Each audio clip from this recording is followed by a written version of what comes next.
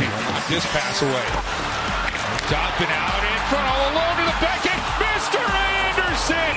Oh, what a save as he denies Jack Hughes. Now here's a turnover and a chance here. Aho, he'll drop it back. Low drive, they score! Andrei Svechnikov. Now comes the Aho line. Aho with another drop back. And Svechnikov, another one! Mercer's going to get a step around Stahl, loses the puck, sends it across. That's knocked away. Andersen stretched out as the opportunity presented itself again for Meier. Now Svechnikov takes it. Here come the hats. It's a hat trick goal.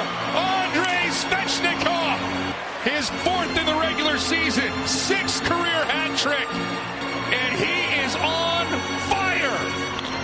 What a weekend of hat tricks for the Carolina Hurricanes. Nikolai Ehlers last night, and now the guy that has the smile written all over his jaw, Andrei Svechnikov. Pretty impressive weekend for the Carolina Hurricanes, and we're not even halfway through. Well, we are sort of halfway through the weekend. But no, wait, we have a long weekend. We're not even halfway through. Hurricanes have another game on Monday to extend the long weekend. Hi, everyone. It's the Canes Corner podcast. I am Adam Gold. We are brought to you by the Aluminum Company of North Carolina. It's right down there, right here. There you go. My finger very close to the camera. Brought to you by the Aluminum Company of North Carolina. If it is for the exterior of your home, that's the place to go. Best customer service in the industry. Oh, man.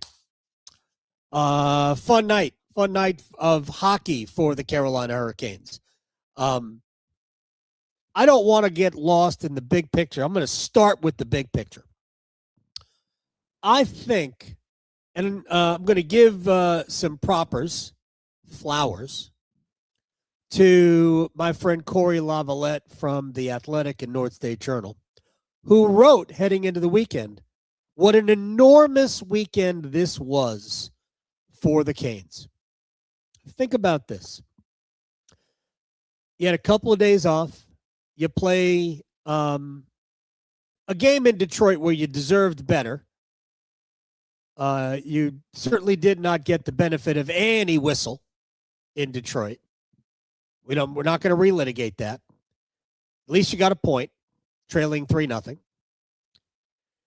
Then you had nothing in St. Louis and got shut out by the Blues, one of the worst teams in the league. And you get 2 days off. And you come home, and you're sitting around with the bad clam that was the 3-0 Blues loss. And you're sitting around, and you got the Florida Panthers, and I know their roster is compromised. I don't care. I listened to Paul Maurice's postgame show after the game last night. And Maurice didn't mention that. And every once in a while, because Carolina's had injuries all year, just like Florida has, every once in a while it'll be mentioned, but Carolina's got a good enough team to win, and they've been winning. Like, I think the real thing we talk about with the Canes and injuries is that it's been Jacob Slavin, and you're breaking in, 2 new defenders on the blue line, 3 if you count. Actually, more, because for so much of the season, Carolina had Miller when he was in there, Nikishin, Nystrom, and Riley. And those guys, all 4 of those guys were in the lineup together a lot. 4 new defensemen. So the Canes had been decimated by injury, so it has been brought up some. But the truth of the matter is that the Florida Panthers have won a Stanley Cup. Yeah, they've got great players. But the Panthers have won a Stanley Cup because they have incredible depth and incredible culture, just like we do here. And it allows them to be a very, very good team almost regardless who's not in the lineup. And yeah, yesterday, on top of Barkov and Tkachuk, who've been missing all year, there was no Seth Jones and Brad Marchand. I'm sorry. The Hurricanes kicked the living crap out of the Panthers And Marchand and Seth Jones weren't going to make the difference in that. And the truth of the matter is that Carolina really was better than Florida in the other two games, except they fell apart late. I mean, that's just honest. I'll tell you if Carolina wasn't good, you know that. But in those two games, Carolina was the better team until they weren't. And the results are the most important thing. Nobody is diminishing that. But we can't forget what it looked like until the collapse. Well, there was no collapse last night. Carolina invested a ton of emotional energy, physical energy, into 9-1 over the Panthers. That game mattered. They all matter. This one mattered more. Boldface mattered.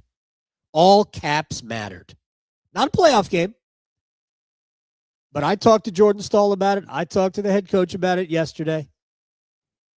And for a lot of reasons, 2 playoff exits in 3 years, 2 blown leads, 5-0 combined lead, both times squandered. So last night meant a lot, and they invested a lot. And when I spoke to Rod Brindamore earlier today, he said privately, even though it was in the interview before for the pregame show, that he was concerned about what they would have in the tank based on what they had to drain from it yesterday. And we could joke all we want. Well, what do they do? They won it 9-1. They won it going away. The reason they won it 9-1 was because they were playing 60 minutes. And maybe Florida didn't at the end, which is why it got to 9-1. But the Hurricanes were not going to do anything other than run through the tape. And that's how you get to 9-1. And then they board a plane. They fly up to New Jersey, which is a hardship in and of itself. I kid. I'm from New Jersey. Relax. And you're playing against a team that had 3 days off and has been sitting around waiting for you. Not to play a game, waiting for you. If you think about the situation, I think you'll agree with me here.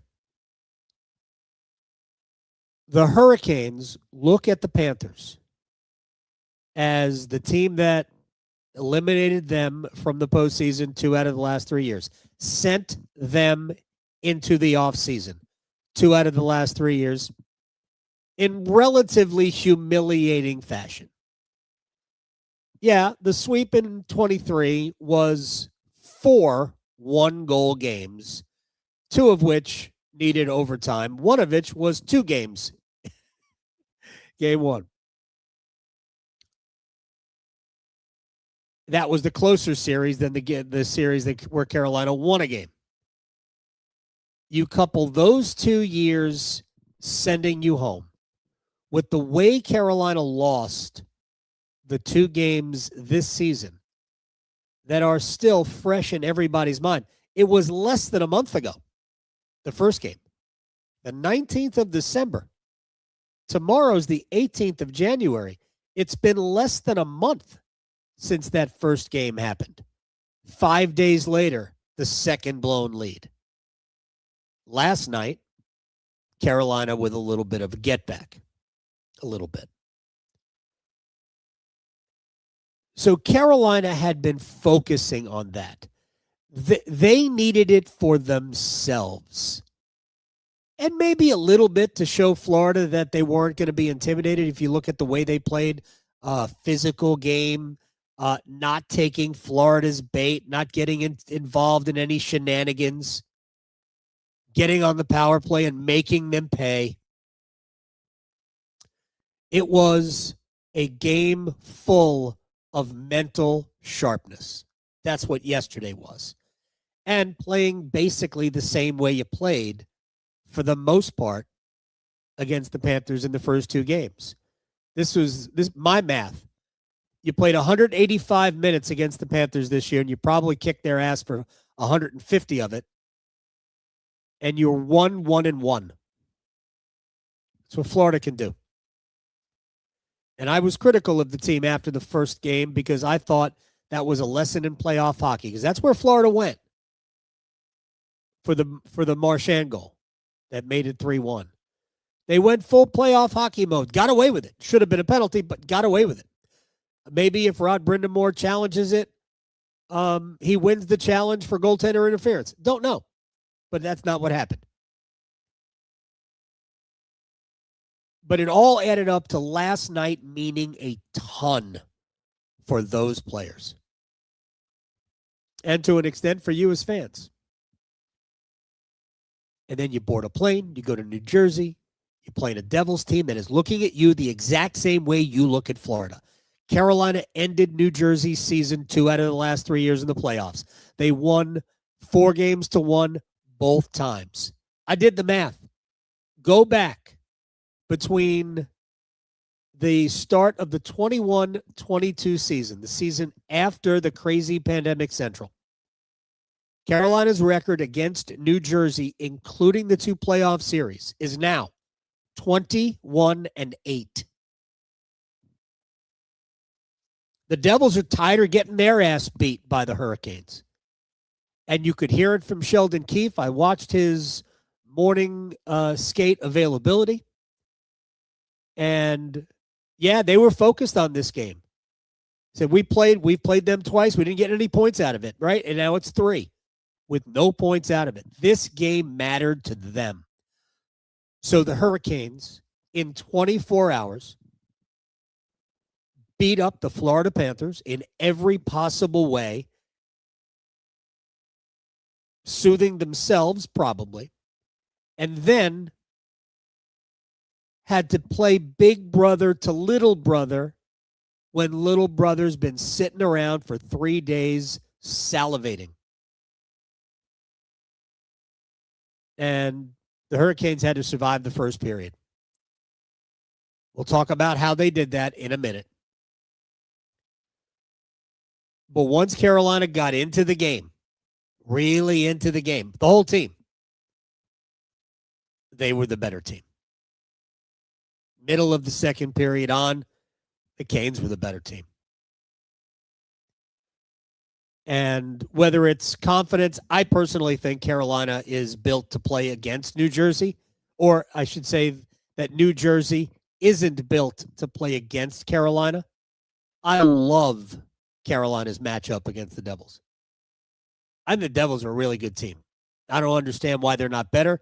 I don't think Jacob Markstrom likes the second, maybe even the second and the third Andrei Svechnikov goals, but he certainly doesn't like the second one.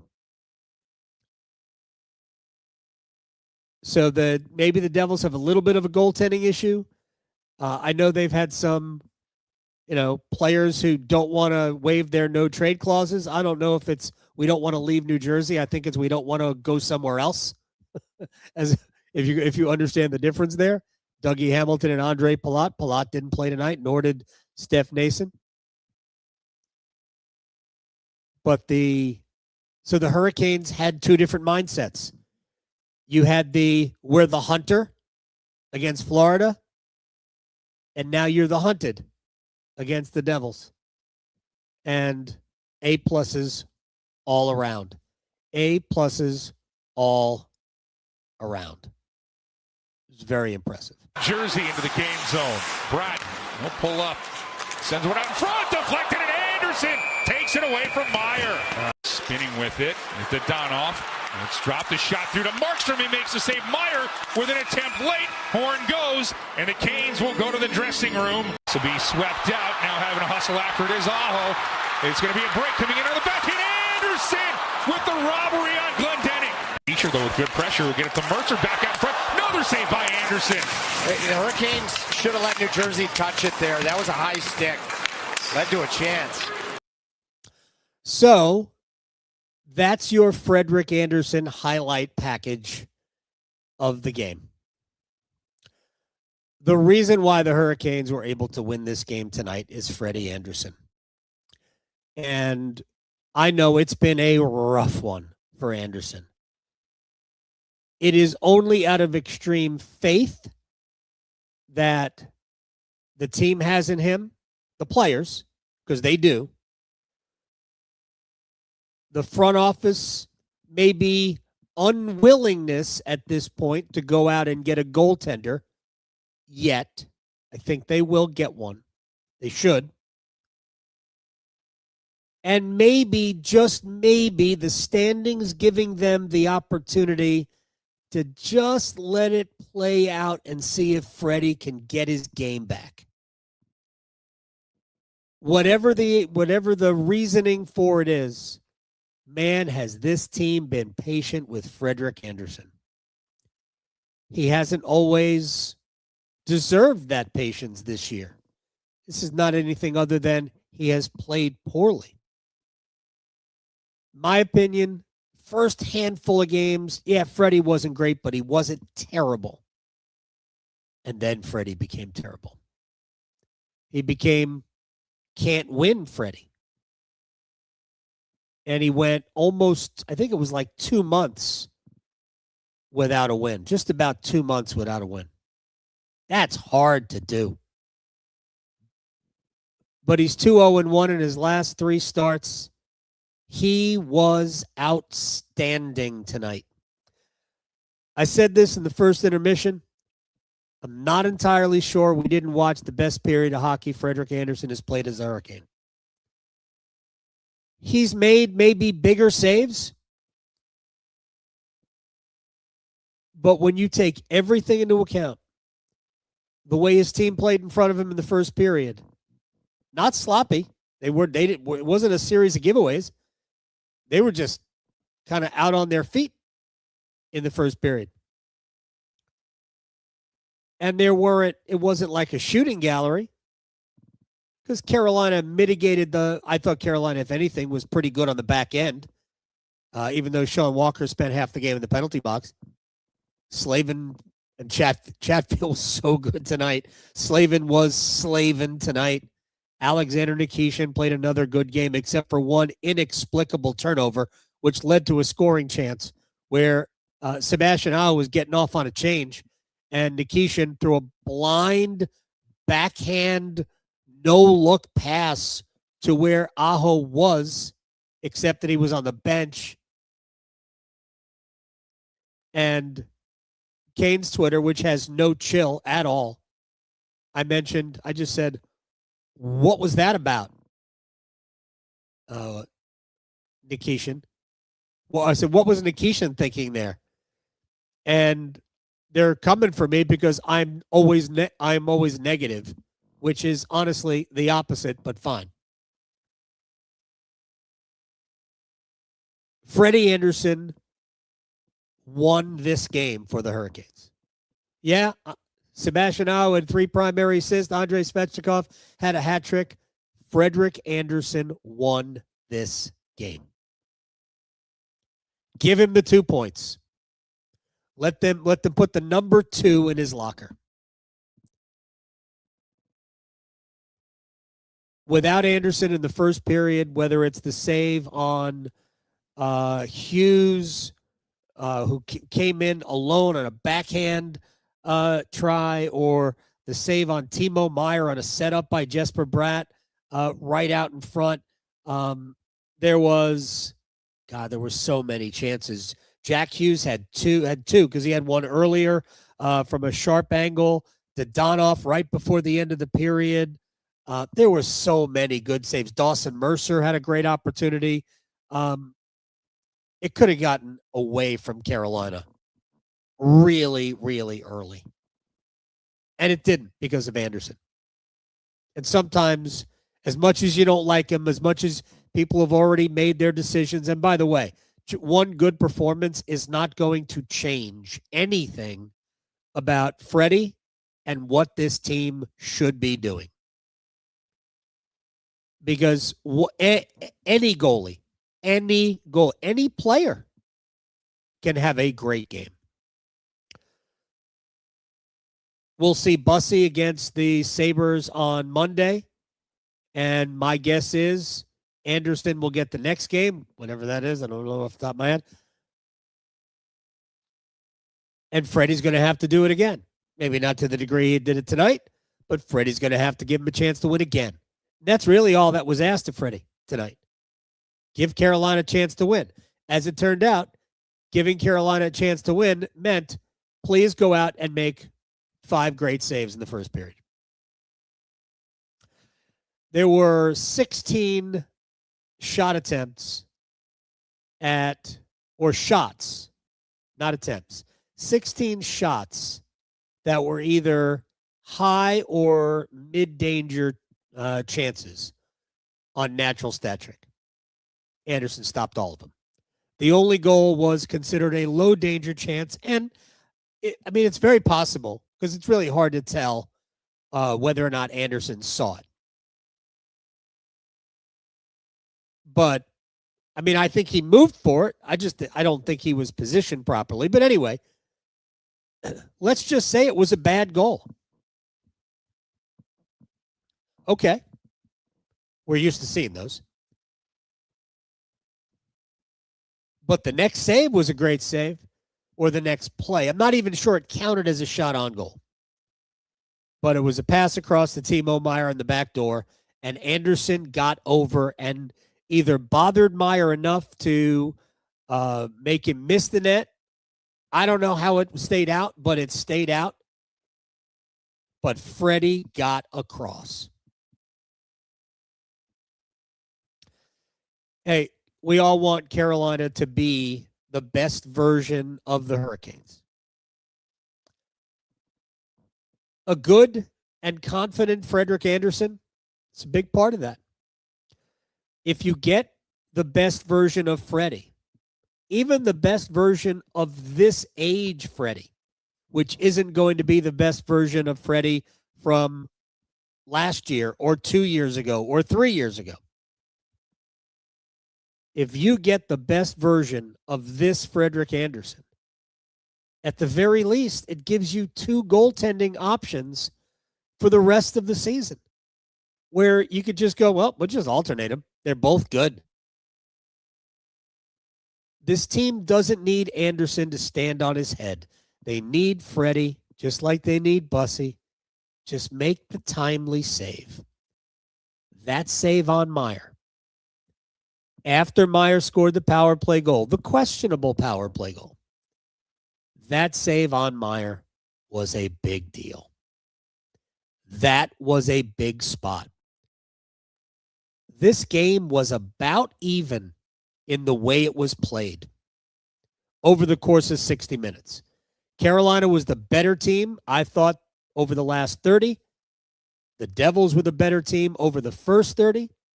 The Devils didn't have anything to show for it because of Freddie. And I think that's worth the first star of the game. Good for him. Good for him. He'll get 3 or 4 more starts between now and the time of the Olympic break. Then he's going to go be the goaltender for Denmark. I hope Andersen stays healthy and he comes back and we hit the post-Olympic part of the season and go on a tear. Meanwhile, the last, 8 games before the break, I believe will give the front office all the information they need to assess, all right, what do we need? What can we get reasonably? By the way, I'm no longer going to mention Swedish center from the Bruins as my wish because I do not believe that my desires are matched by the organizations. They are free to be wrong. And those of you who point out contracts and blah, blah, blah, you are also free to be wrong, but I'll move on. Charlie Coyle could probably be had from Columbus. Think about it. Big, right-handed, Wins faceoffs, kills penalties. Yep. He's not, he's old, but he's not like dead. He's not about to retire. I think he has one more year left on a contract, which would be nice. I think that would be a good addition to the Hurricanes. I do. Anyway, there are others out there as well, but I'll just leave you with Charlie Coyle from the Columbus Blue Jackets. So these are big, these 8 games. And the Canes will get some, go out, should be going out on the road again pretty soon. I think we still have the Sabres and Utah for Whalers night coming up next week. But between now and February 5th, I think, is the last game before we shut it down. We'll see where the Hurricanes are in the standings. And I think this team by then will know exactly what they might need to pursue a Stanley Cup. I've been saying for a long time, I think they need 2 pieces. I think they need a goalie at some point, at some level of goaltending. I think they need one. I know they need one. And if I were them, my focus would be on finding a number 2 center. Even if it isn't a traditional number 2. Charlie Coyle's really a 3, but he could play 2 here. Because Carolina's second scoring line doesn't get 16, 17 minutes a night. It gets less than that, and that's okay. Charlie Coyle could center a second line and get 14 and a half minutes a night. That's what Stankoven played. They didn't play a ton. Carolina sent out their top line for a bunch, and it's exactly, they were good, especially after that first period. Svechnikov and Jarvis were great over the last 30 minutes. Great. And Andrei's got a little bit of a scoring touch going. Aho hasn't scored a ton of goals lately, but man, he's piling up points, playing great. That was a good night for Carolina, ultimately. And I get back to what I said at the very beginning. I just don't think you can underestimate the emotional drain from last night and having to dial it back up and deal with an opponent that was dying to beat you. So now New Jersey with one more crack at Carolina back here. Now New Jersey is wondering, man, what do we got to do to beat these guys? They had a great first 30 minutes, didn't get a goal. Why? Freddie and help. It's not all Freddie. There were a lot of good desperate sticks from Carolina. They did not do their puck possession thing, but they did desperately defend in their own end fairly well. Because I thought the Devils spent a lot of time in Carolina's offensive zone or Carolina's defensive zone. But there we are. 30, 15, and 4, 64 points. 7 better than the Islanders in the Metropolitan Division. By the way, Florida beat Washington tonight, so Florida's only like 2 or 3, I think 3 points out of a playoff spot. Man, the Atlantic's going to be wild. Boston's playing great. Last I checked, they had a lead in Chicago. Boston's playing great. Buffalo's playing great. Montreal, Detroit, Tampa. It's going to be tough for the Florida Panthers to make the playoffs. There aren't that many games left. When Carolina plays Buffalo on Monday, that'll be game 50. We're going to be pretty close to the 60-game mark. I think it'll be 57 games when we pause for the Olympics. Wow. So, remember when Andrei Svechnikov didn't have any points at all? 8 games in, no points. I joked with Rod Brindamore. Man, he wasn't even taking penalties. I mean, We got to notice him. We got to write his name down somewhere. He's got to get on the game sheet. And now, Andre, Aho, Jarvis, Ehlers. Not too many haters about Jordan Stahl, Jordan Martinook, and Nikolai Ehlers as a line anymore. 2 games in a row, that line was very good. Gosh. Ehlers a heck of a player. Really is a heck of a player. And Carolina's best players are going. Good goal for Jackson Blake, who's got 15 goals now. I mean, it's not a guarantee because anybody can go cold. Heck, Logan Stankoven scored 1 goal in 26 games. But Jackson Blake's got 15 goals. My guess is he'll end up somewhere in the 25 range. Probably around 50 points or so. I don't see anything wrong with that. It's year 2. So we'll see what Carolina does in the trade market eventually, but we're not there yet. But I do know what they did last night and tonight. 27-hour span.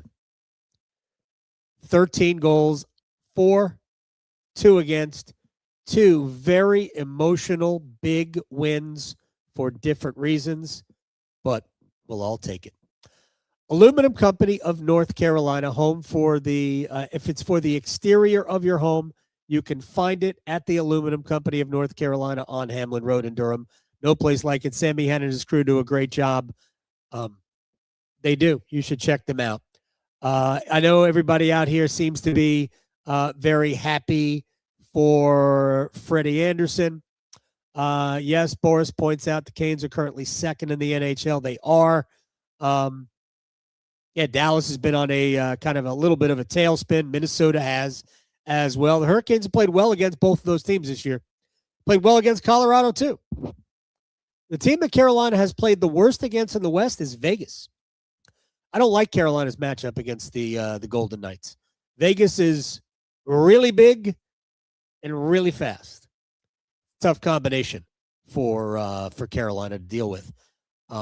Washington is really big, but not quite as fast. Washington's good, and Washington will be a tough out. Talia, our friend from Seattle, says nobody wants Florida or Toronto in the playoffs. I'm going to say this out loud.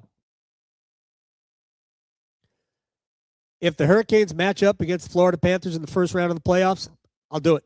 I'm here for it. Carolina will win that series. Promise. Toronto, I get it. Toronto has been, first of all, coming on very, very strong. You know they're going to make some moves coming up, but I like Carolina's chances against the Leafs as well.